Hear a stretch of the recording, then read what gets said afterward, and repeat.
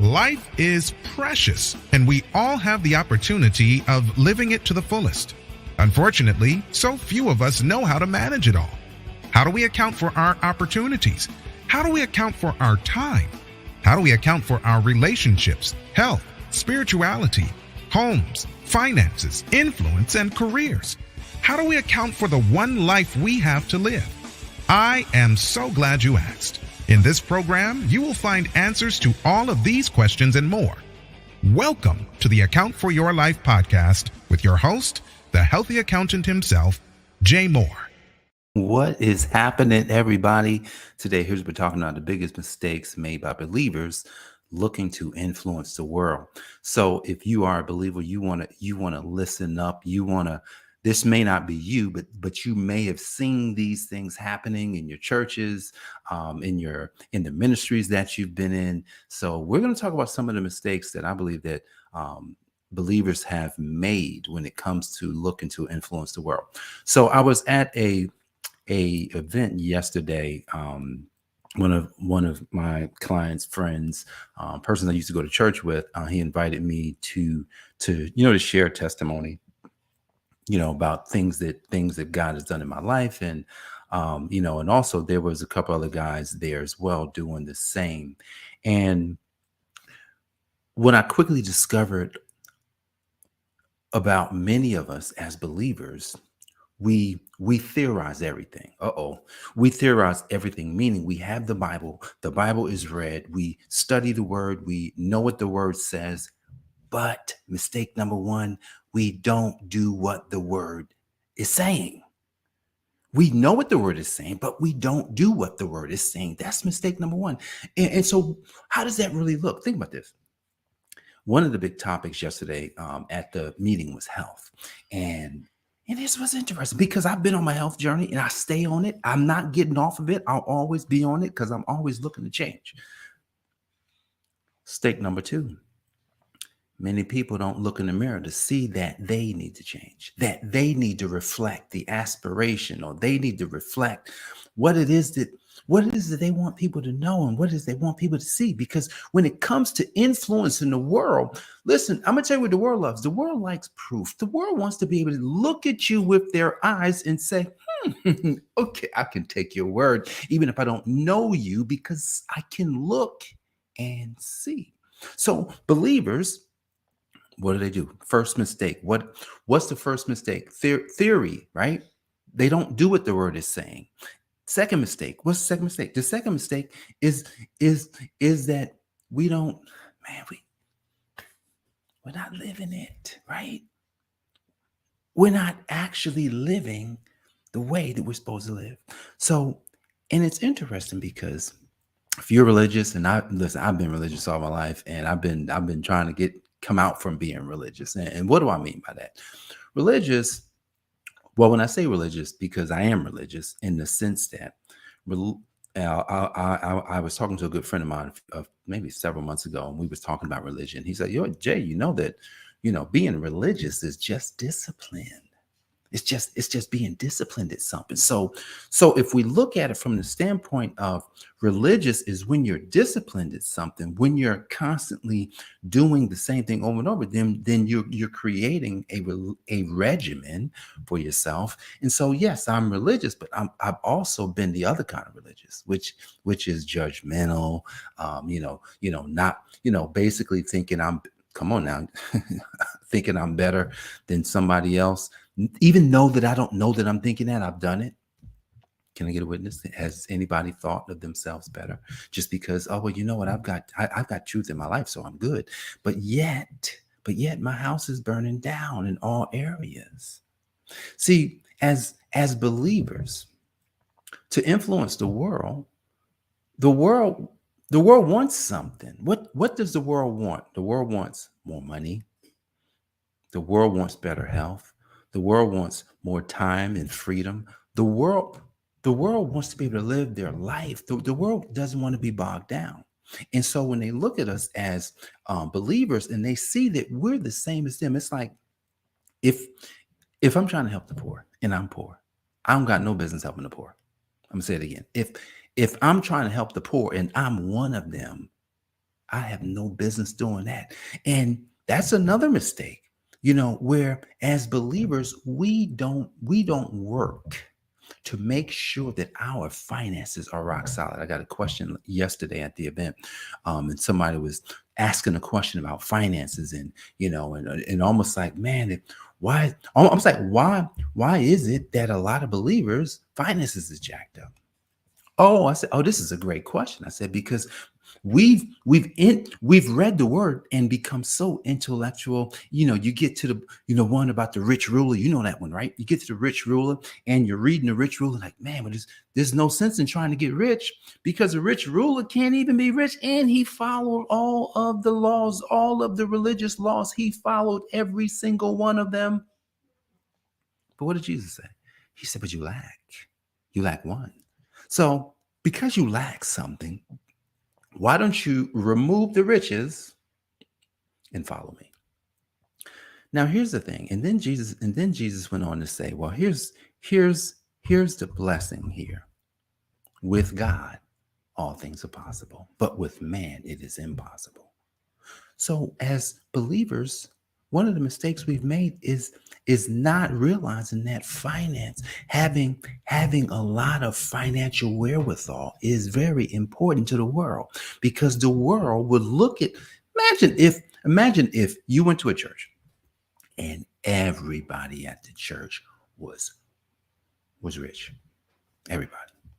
Or and then when you joined the church, you became rich because you learned how to do it. Because that church, all they did was focus in on making sure that every member knew how to secure the bag, is what they would say. Secure your bag. But you're going to secure the bag, not just so you can secure the bag and have all this money, but you're going to secure the bag so you can go out into the world and influence the world and show the world that, hey, look, this is what my God do. And I was talking to my wife, and I said, yeah, we're going to, I want to have all these things. I want to be able to have this stuff, but not because I want stuff. Now, I don't want to control and have things just so that I can say to you, I've got a lot of things. I want to control these things and have these things so I can then say that, oh, it's not mine. It's not me. This is how my king operates. He gives me an assignment. And as he gives me an assignment, he gives me all the stuff that I need for the assignment. Do you know Jesus, when he came into the world, his whole movement was financed by God from the beginning. See, when we read the story of, they say the three wise men came and gave Jesus, frankincense, myrrh, and all these fine things. No, I know three wise men, man. They came with a caravan. They came with wealth. They brought wealth and gave it to them. Jesus' whole ministry was financed. Jesus had everything he needed. And when we read the stories, a lot of times we get a little conflicted because it sounds like Jesus was poor. Jesus wasn't poor. Jesus was not poor. Jesus was taking care of grown men. They was with him. Think about this. They left their businesses. If a broke preacher came to me and says, hey, I want you to leave your business and follow me, I ain't following you, bro. You don't have the wherewithal. I got a family. What are you talking about? I ain't coming with you. No, I'm going to handle this. Look, when you get your stuff together, if you got enough to take care of me and my family, all right, I'll come with you. Jesus had all these things. And so they was like, I'm going to go with this dude. Now they were already students. When I say they were students of John the Baptist. So they had already started to be indoctrinated into the kingdom message. And so when then Jesus shows up, they're like, oh man, this is a way to learn influence. Now they didn't realize they would learn how to influence, but they saw. What they saw was a man who had influence. And his influence first was over the one they were following. So they were following John the Baptist. He has influence over John the Baptist. John the Baptist saying he's better than me. What? You telling me that's who we should follow? As a believer, we're all looking for influence. We all want to go out into the world and want to talk about how good God is. And the thing about the world is the world, especially in the United States, everybody's heard of Jesus already. Everybody in the United States pretty much have heard about Jesus, have they know about Christianity for the most part. And they're just like, well, man, I just got so much going on. I mean, my finances, man. I mean, y'all got programs that's gonna help me to make more money. Y'all got programs that's really gonna help me. And when our churches don't have these things, then it's almost like, oh, just come to church. Come to church and get Jesus. No one's looking for Jesus. This is contrary to what a lot of us believe. No one's looking for Jesus. What they're looking for is the kingdom of God. They're looking for a way out of no way, meaning man, they coming to take my house. Man, I need mortgage money. I need rent money. I need car note money. What can you do? Let me pray for you. Well, come on. Prayer. Listen, in James, he talks about this. Don't come to somebody when they need something, talking about, I'm going to pray for you. Because that ain't what they need at that point. Right then and there is when they need the absolute healing. What's the healing? Maybe they need more money.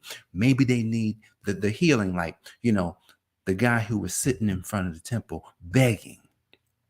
Was that it's in Acts? He's begging. And Peter and John, they come in, man, they filled with the Holy Ghost. He's begging for money. Bro, they're like, hey, bro, I ain't going to give you no silver or gold, but I got something that's better.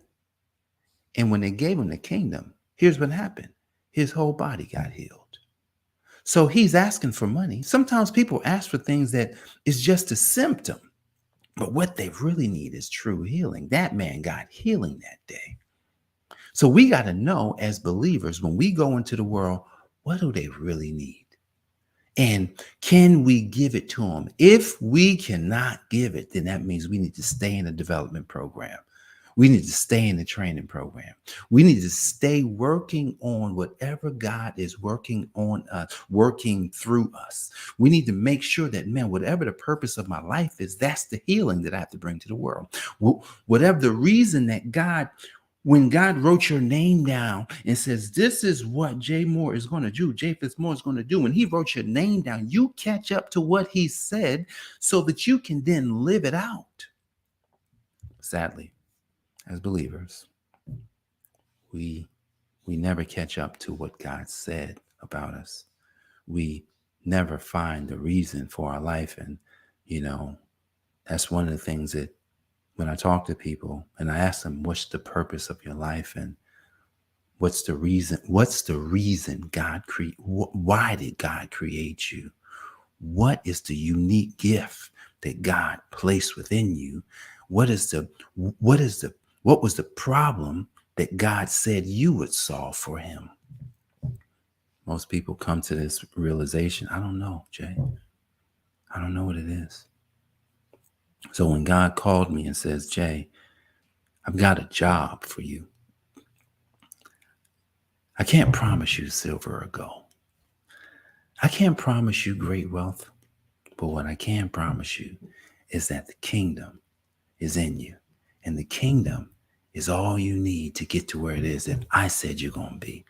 If you get those things, because you can, if you get those things, it will be because of the reason that I've created you. So don't make the mistake of living this life without discovering the reason for your life, without discovering the purpose of your life, without discovering the why of your life, without knowing exactly why God has created you. Now, here's the thing, and I'm going to leave you here.